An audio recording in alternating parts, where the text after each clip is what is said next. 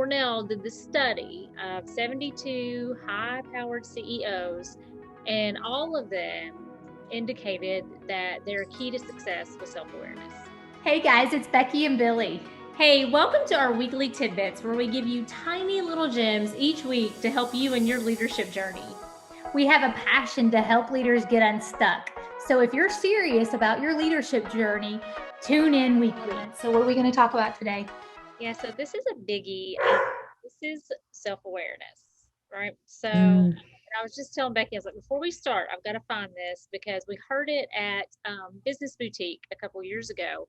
And the gentleman that wrote The Road Back to You, the Enneagram book, said that Cornell did this study of 72 high-powered CEOs, and all of them indicated that their key to success was self-awareness. I mean, I'll be honest, as a leader, that's not something that we always talk about, right? We talk about, other soft skills maybe, like, just leadership, teamwork, all those, but we don't really talk about self-awareness. But when it comes down to it, it is all about us as leaders trying to help our people get better, right? So why don't we talk about this more? Yeah. It's funny that you say soft skills, Billy. Like I've decided that those soft skills are actually power skills. Yeah. Because they are really so important. And I think when you talk about self-awareness, I don't know. What do you think? Why do we not look at those as, one of the top leadership skills? What are your thoughts? I don't know. I think sometimes, well, I'll just say for me, sometimes it's hard to look inward. Yeah. And we don't want to ever admit to our weaknesses, even though we have them. And I don't like to say weaknesses. I like to say opportunities, because we always have opportunity to get those better. But I think it's hard to take that look inside sometimes. And so we just maybe try to avoid it and just try to focus on stuff that we might be good at. But, I think that there's obviously a lot of opportunity in those opportunities or weaknesses that we've got to take a look at too, just to make sure that we're communicating effectively with others and we're really meeting people where we need to meet them. Yeah, I do think you're right. I think it is much harder to look internally. And it's just not something that we're generally taught, right. That it's easy to do. It's harder. And I don't know that there's a wrong or right way to do it. So I think that more often than not, we're just like, I think I don't want to say the last resort, but it's definitely not the first thing I'm going to look to, be a better leader. But I think it should be. Absolutely. I really do. I was telling Billy, actually, when we first started like our leadership journey, I'll say, together, there was different training classes that we were required to go through from a leadership development perspective. And I remember like they're sitting in this training class, and there was one point that I was like, oh my gosh, like they were talking about like that inner voice and how sometimes it can be negative. And I was like, oh my gosh, like I didn't know. I remember thinking like, it's not just me that has that, like people like that's a thing for everybody. And then when I recognized, oh, wait a minute, like I actually have the ability to do something about that, to change that dialogue, lifelong journey. However, like, I was like, well, I do have control over that. So I think for me, like that was one of the first steps of, oh, wow, like I'm super curious about, well, what else can I do, or what else can I change, evolve, be better at, just for learning and looking in the mirror a little bit more. Absolutely. Yeah. And I think, you talked about like assessments and things like that, or we were talking about that before. That's funny because when I first took the Enneagram, I took it 3 times because I really wasn't happy with the number I got. So what, you just kept taking it until you got the one you wanted? I got the same one every time. Oh, okay. I was like, what are you doing? You can't tell that. Like, that's how unself-aware I was. I had no self-awareness. That's so crazy. You're absolutely, your Enneagram is like spot on for you. And see, I didn't see it. So I think that maybe we need to do a better job of teaching self-awareness. I've never been to business school per se, but I don't know if that's something they teach, but it's definitely something that we as leaders really do need to focus on, because that can make. communication with our teams, with our customers.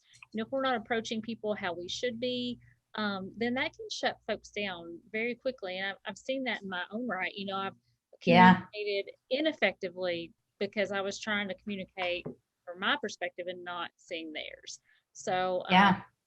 yeah, so I think it's super, super important that this is something that all of us as leaders focus on. And what you're talking about, that inner critic, and that goes back to that imposter syndrome too, right? So like, Absolutely. and we all have it. Like, it's not just, Becky or myself. We all have that. Mm-hmm.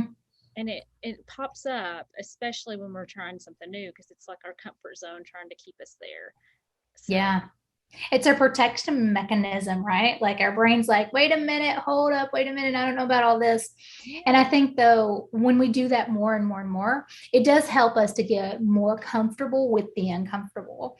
And I think that's one of the things about assessments that I've really, in that learning more about what makes me tick, I think that's been really something that's inspires me because, it is new, it is a little bit more about why, how, you know what I mean? So, but I'm also the person who will go in the grocery store and be like, what's the most oddest thing in here that I can buy just because it's new?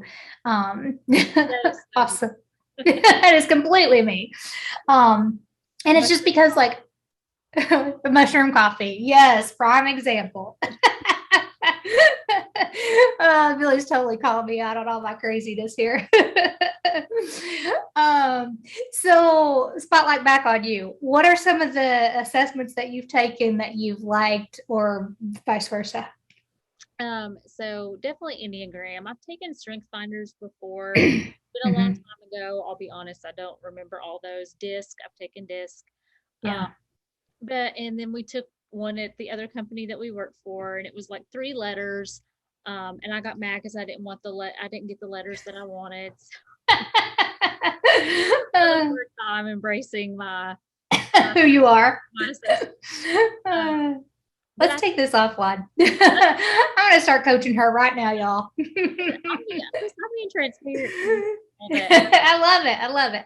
What I think I've resonated honestly most with though is the Enneagram, just because it really tells us why we do the things we do, right? So like Strength Mm-hmm. Finders is all about our strengths, and who doesn't want to know about our strengths? Because we all want to know what our strengths are. But the Enneagram really just helped me to find out why I do the things that I do, and it helps me like, oh, that's why I'm doing that. So I need to just back up, and take a look. Like I start 1,000 projects, I finish about 100, maybe. So when At I, least 100. yeah, but when I'm like, okay, I gotta do this, I gotta do this, I gotta do this. Now I'm like, okay, wait a minute, I gotta slow down and figure out what's driving that. So I'm Yeah. not taking on so many tasks, and I'm actually following through on the ones that are important. So I just really like that one. I think it has helped me a lot with my communication because my whole family took it too. Um, Uh-huh. and I know, and anybody that knows me knows that most of my family are twos.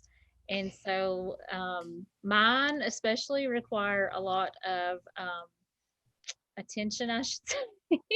We need love. They're called helpers, and so they want to help other people, but they also like to feel that love too. And so I have to know that like they need that reassurance from me.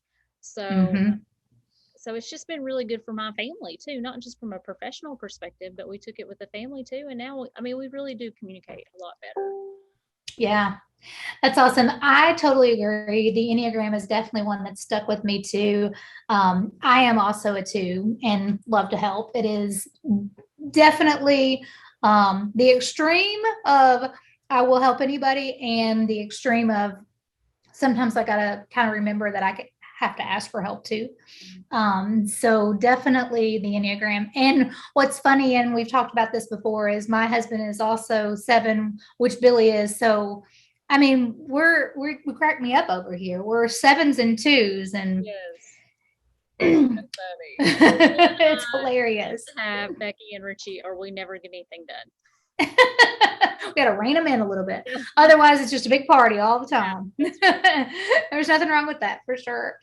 The one that I've really resonated with, I did Strength Finders a long time ago too, and really liked it. But as we were talking, I was like, I mean, to be honest with you, I literally have the book like right here. I could reach down and get it, but I was like, I don't even remember what my strengths are.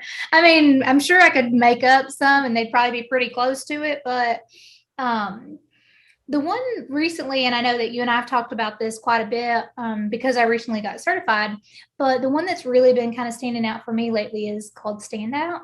And what I love about it is similar to what Billy was talking about. It talks about what you're good at more so than focusing on, what your opportunities are. And initially I was like, well, I need to know what my opportunities are too. But my two standout roles are teacher and creator. And when I first got those, I was like, that is so not me, like absolutely not. And then because my picture in my mind was a teacher sitting in front of a classroom, like I could never do that.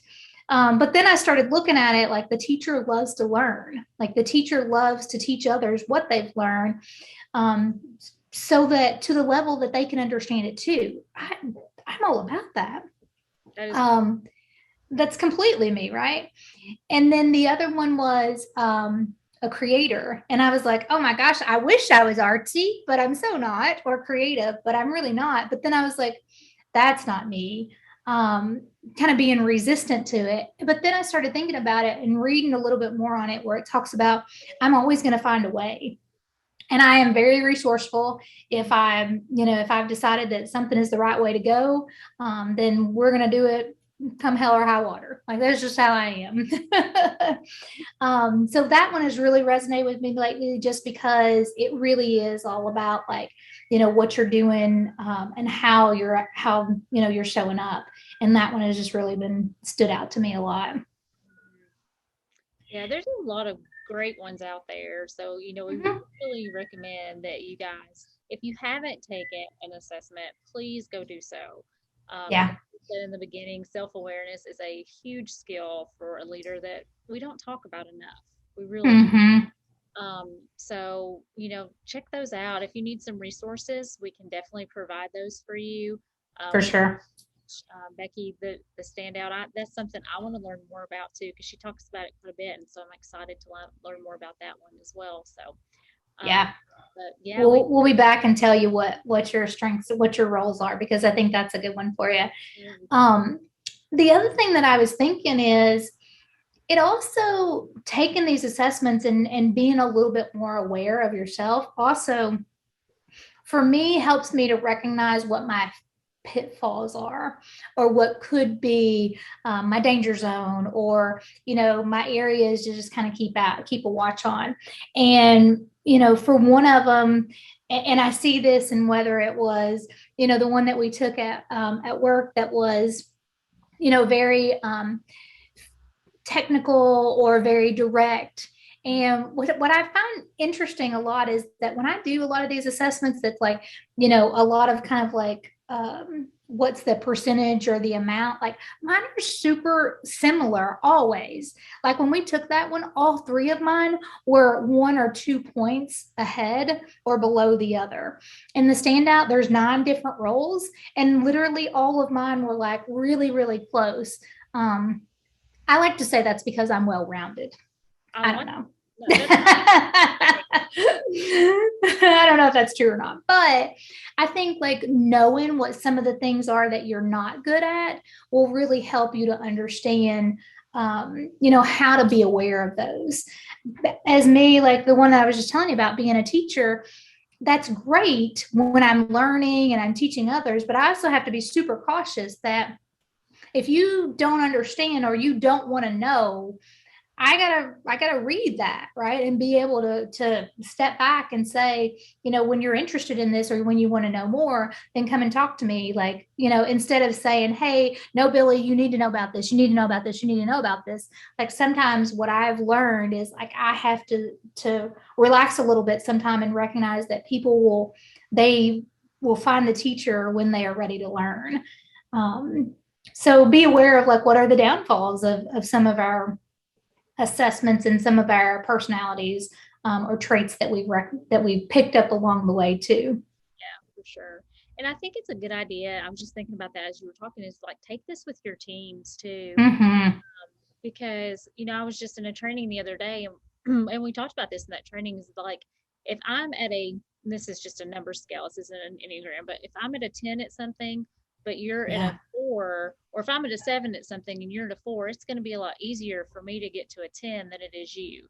So how can I pick up the slack for you in that area, as my team member and vice versa, right? So they might be weak Mm-hmm. in the area that I am. So I think if you do take these assessments, not only are you going to communicate better, but you can help pick up the slack for each other when there are things out there that they may be struggling with. Um, so I think it's a good idea for you not just to take it, but have your team take it too with you. Yeah, I love that, Billy. And I think too, like kind of the example that you were just given, you're at a 7, I'm at a 4, it might be easier for you to do it. What I think is interesting is you can create a strategy depending on that once you know that. Mm-hmm. So it might be that Billy's a 7 at it, but she hates it. Mm-hmm. And I'm a 4 at it, but I love it. So, maybe it is that I say to Billy, look, I know you can finish this in a matter of minutes, but like, I know you'd rather be doing something else. Let me do it. Or vice versa. I'm a 4 and you're a 7 and I hate it and you love it. Like, again, we can be a little bit more strategic about how we assess our work and how we, move forward with our team. So I really think that's a really good call out, Billy. Like, don't just be identifying what you're good at or what, you can improve in, but also do that for your team and help them grow through that as well. Absolutely. Yeah, good stuff. One of our favorite topics. So we would love for you guys, let us know, like, what are you finding out about you? What are your Enneagram? What is your strength finders? Like, is there one out there that you've loved? If there's one out there that you're just like, I don't know about that one. That totally was not me. Or is there some that you guys know about that we haven't taken that we should totally check out? We are all about that too. Yeah, definitely let us know. And we actually do have an Enneagram training if you guys are totally interested. It's really good. We ran it through a couple of times with some folks and they loved it. And it is just very eye-opening. And it was for a team setting and there's some role play in there. So it just really helps you get a feel of, how it is, how you communicate after know yourself and know others a little better. So yeah, putting it into practice. That's right. That's awesome. All right, guys. Well, you guys have a great week, and we will be back with you next week for another tidbit on some career development. Have a great day. Bye, guys.